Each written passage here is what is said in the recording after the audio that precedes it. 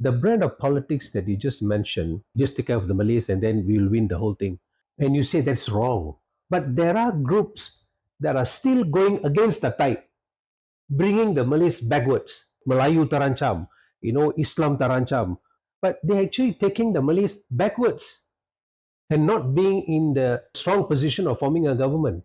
What do you think that the current government should do, or UMNO should do, to educate the public, educate the Malays especially? Because the opposition is playing the game of AMDA. But when they were together, that's all right. It's actually like this.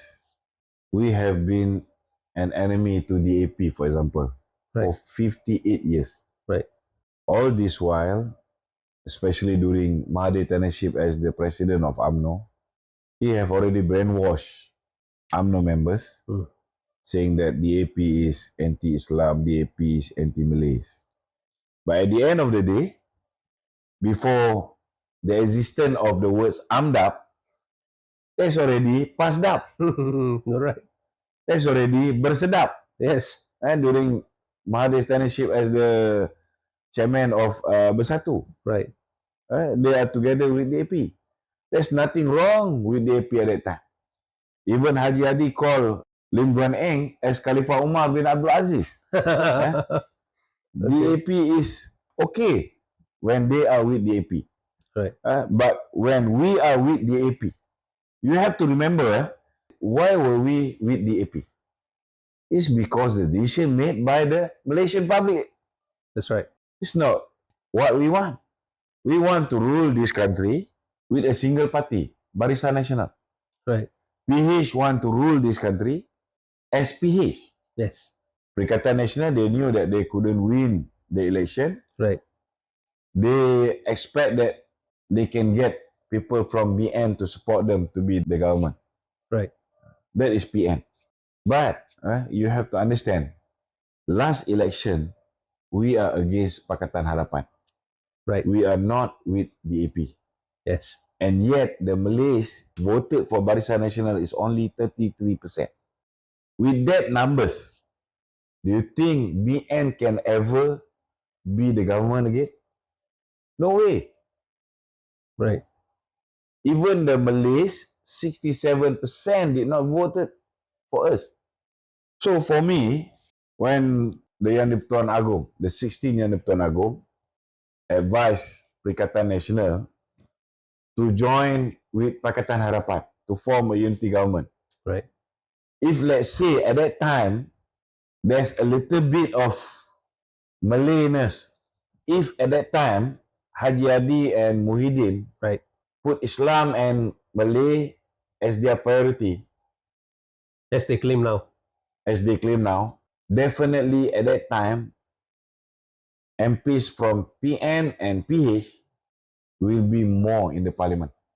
Right. 155. To form the government. Yeah. More than two-thirds majority. Right. And two-thirds from this 155 are Malays and Muslim. Right. So it's going to be a very strong Malay and Muslim government. Right. With one-third of non-Muslim. Right.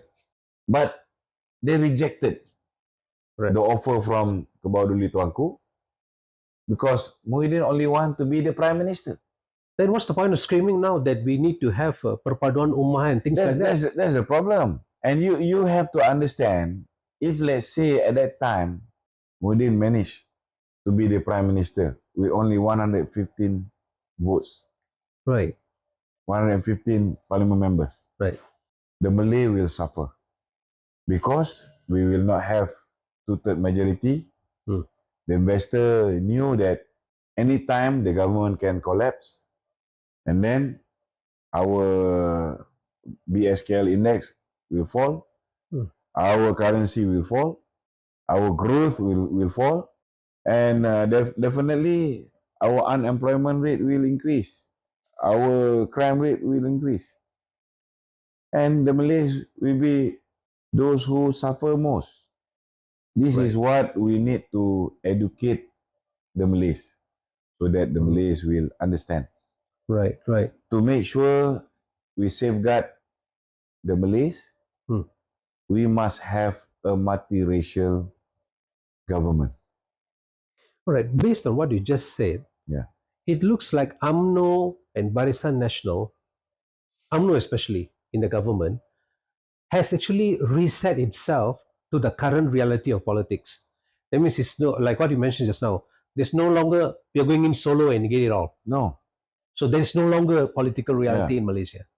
With only 33% votes from the Malays, Hmm. if we plus 11% votes from the Malays, which Pakatan Harapan managed to garner during the past election, Hmm.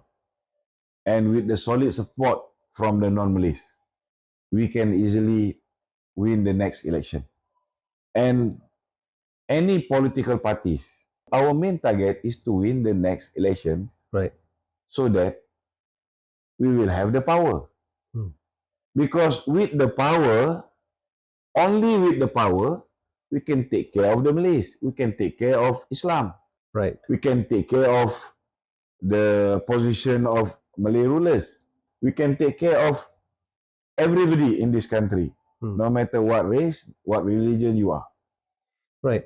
Based on the success story of Barisan Nasional, 60 years, and we just discussed that Kerajaan Perpaduan is actually a reflection of what Barisan Nasional was and why they were able to rule the country for a long time successfully. Now, the current political reality with PHBN together and with the Kerajaan Perpaduan, which basically is a model of Barisan Nasional, this concept and the support that the government is getting currently, I think it scares the opposition that they can never win again. What do you think?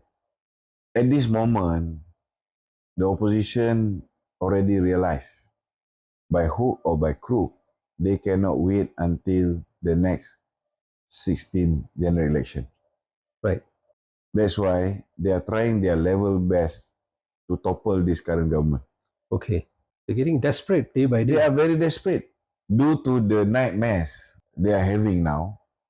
They are trying their level best to influence, especially the MPs from Barisan Nasional, Right.